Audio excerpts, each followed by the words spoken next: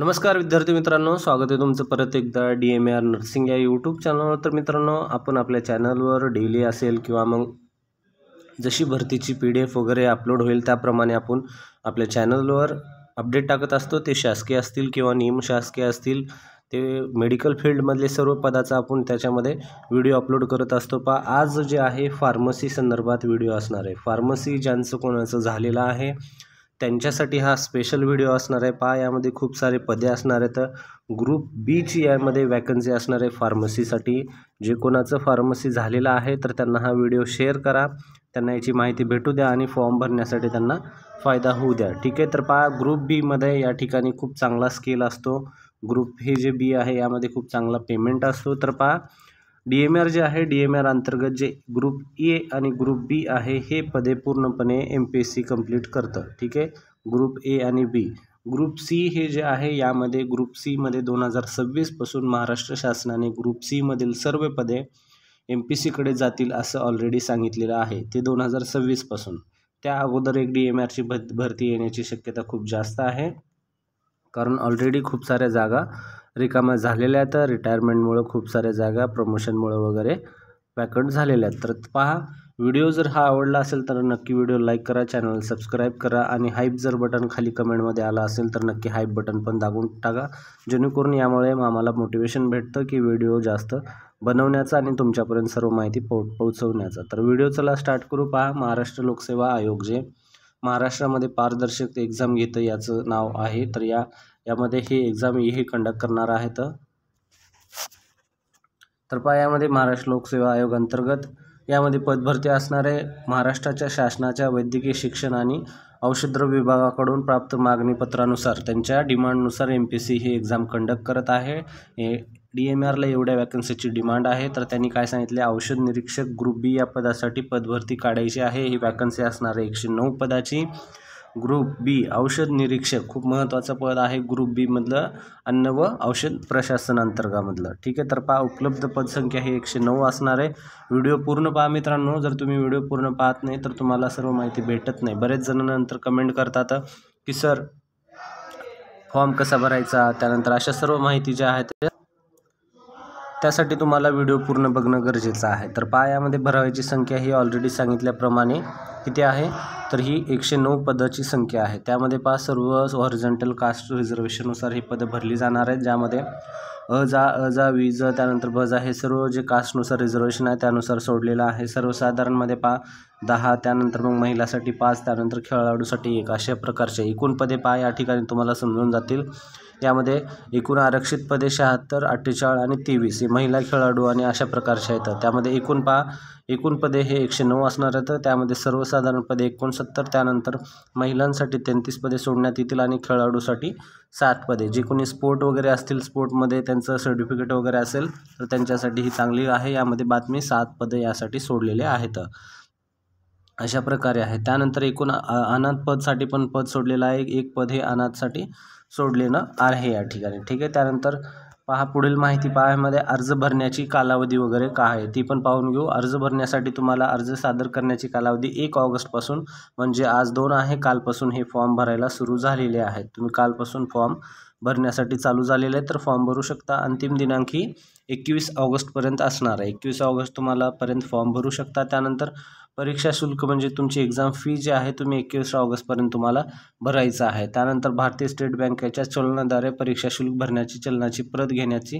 दिनांक, ठीक आहे, यामध्ये चलनद्वारे सांगितलेलं आहे दिनांक 23 ऑगस्टपर्यंत तुम्ही हे भरू शकता। चलनाद्वारे परीक्षा शुल्क भरण्याचे अंतिम दिनांक असणार आहे 25 ऑगस्ट। यामध्ये 2 दिवस तुम्हाला चलनाद्वारे भरण्यासाठी वेळ दिलेला आहे। ठीक आहे, त्यानंतर काही पुढची पण महत्त्वाची माहिती पाहून घेऊ। त्यामध्ये पदसंख्या व आरक्षणा संदर्भात सर्वसाधारण तरतुदी या ठिकाणी MPSC कंडक्ट करते, म्हणजे या सर्व गोष्टी जे सर्व्हिसमॅन वगैरे असतील सर्व जे यामध्ये काय म्हणतात त्यांना आपण राखीव पदे वगैरे जे असतात त्या सर्व पदे, त्यानंतर आरक्षण पदे हे सर्व पदे त्यामध्ये मांडून व्यवस्थितच ह्या ठिकाणी पदभरती केली जाते।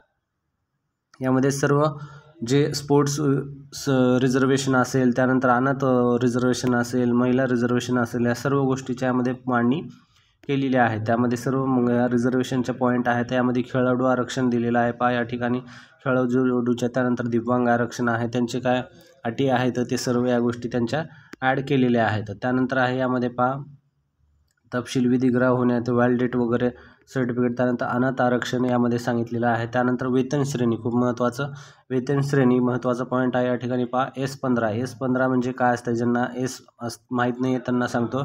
S म्हणजे हे वेतन श्रेणी असते. वेतन श्रेणी म्हणजे S1 म्हणजे हे सर्वात कमी पगार असलेला, S2 त्यानंतर थोडासा जास्त, S3 असा वाढत गेलेला असतो. जो ग्रुप सी मध्ये जे असतात S12 11च्या जवळपास हे मोडतात. ठीक आहे, तर मग हे ग्रुप बी वाले हे S15 मध्ये जे यामध्ये पगार ही जास्त असते. यामध्ये पगार हे बेसिक तुमचं 41,800 ते या ठिकाणी बेसिक असतं. बाकी यामध्ये सर्व अटी वगैरे ॲड होऊन सर्व तुमचे भत्ते वगैरे DNS allowances, housing rent allowances वगैरे जे काही भत्ते असतात ते ॲड झाल्यानंतर या ठिकाणी खूप सारी पगार या ठिकाणी तुमची होती. ठीक आहे, तर हे चांगली गोष्ट आहे. जी कोणी फॉर्म भरणार आहे तर अभ्यास करा आणि ही पदभरती नक्की देऊन पहा. यामध्ये तुमची शक्यता अभ्यासात जर चालू असेल तर नक्कीच लागण्याची शक्यता आहे.